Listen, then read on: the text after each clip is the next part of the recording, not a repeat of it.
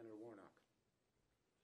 Happy New Year, everyone, and thank you, Senator Schumer, for your leadership on this issue, and to all of my colleagues, thank you so very much.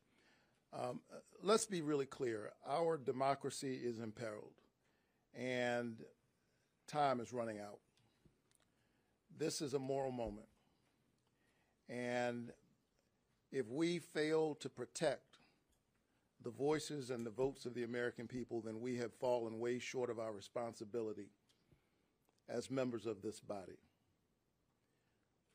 In the state of Georgia right now, as the state legislature comes together for a new session, there is an effort to get rid of every drop box in the state. Think about that. In the middle of a pandemic, with the Omicron variant, and we don't know what the days ahead will bring, something that their duty is to get rid of drop boxes. What will that do for rural voters who are trying to exercise their vote? What about workers on the night shift? It's very clear what the Republican Party is up to. They are trying to make it harder for some people to vote and easier to cheat. We're trying to make it easier to vote and harder to cheat. And I predict that over the next few days, you're going to hear the same Republicans give a lot of lip service to bipartisanship. I believe in bipartisanship. I'd like to see us participate in a bipartisan way, which is why I had hoped they would have allowed us to have a debate on the voting bills that are in front of us. That's what they blocked 3 times in the Senate, our ability to have a bipartisan debate about an issue that the American people are debating over right now. I don't usually do this, but I happen to be sitting in the chair presiding over the Senate this morning when one of my colleagues from Texas, Senator Cornyn, began to attack our efforts to push forward these reasonable voting laws. The John Lewis Voting Rights Act, the For the People, the Freedom to Vote Act, and he tried to mischaracterize what we're doing.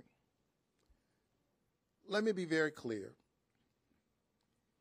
The elections are still run by the states. We're just trying to provide a federal baseline that says everybody ought to have access, every eligible American has to have access to the ballot. And I find it ironic, I don't usually do this, but I find it ironic that the senator from Texas would stand here and push against these proposals and give lip service to bipartisanship when members of the state legislature in Texas had to come here just a few months ago to break quorum to keep their colleagues from passing some of the most repressive voting anti-democratic measures that we've seen in the state of Texas in a long time.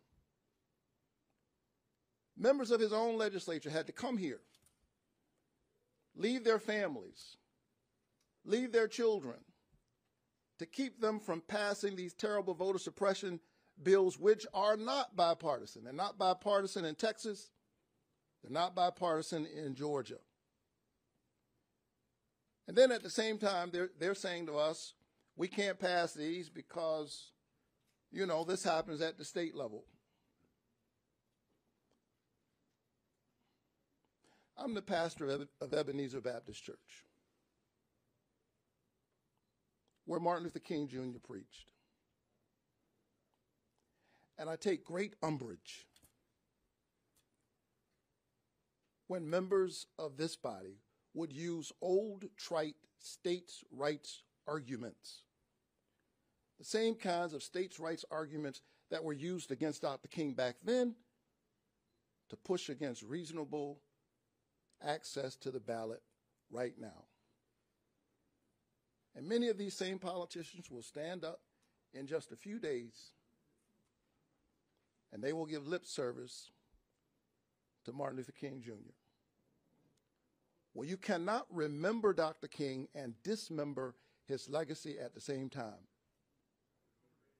The John Lewis Voting Rights Act, the Freedom to Vote Act, is the legacy of Dr. King, and if you would give lip service to his name, you need to find yourself on the right side of history, pushing to get these bills done.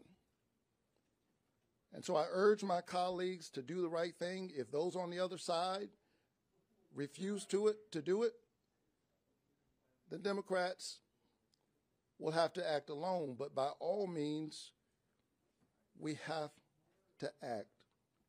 Dr. King's words are as true now as they were back then. Justice delayed is justice denied. Time is running out. Let's get the job done. And I think you can